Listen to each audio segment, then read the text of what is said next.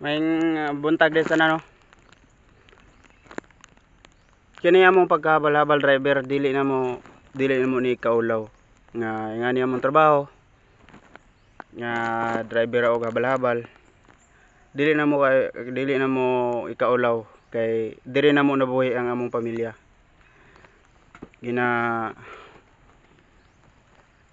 Ningkamot mig patas para lang mabuhi mi. Og labaw sa tanan wala mi naman ang apak og tao, wa mi nang hilabot sa usa ka tawo. Patas mi nga nang ginabuhi dire. Maong dili na mo ikaulaw ang among trabaho nga habal-habal driver.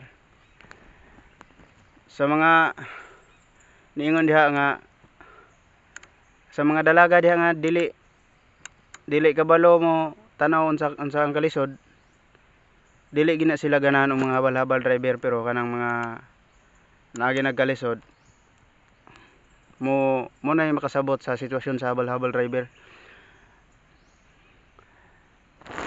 Kaming mga habal-habal driver mo pasalamat ra gyapon mig nay mo dawat sa moa.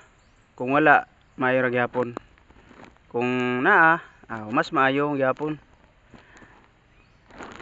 Kay bisan og ingani ra mi, kabalo pud mi respeto sa among usag ka tawo. So mara to mga kaidol, og daghang salamat sa inyong tanan og may God bless us all.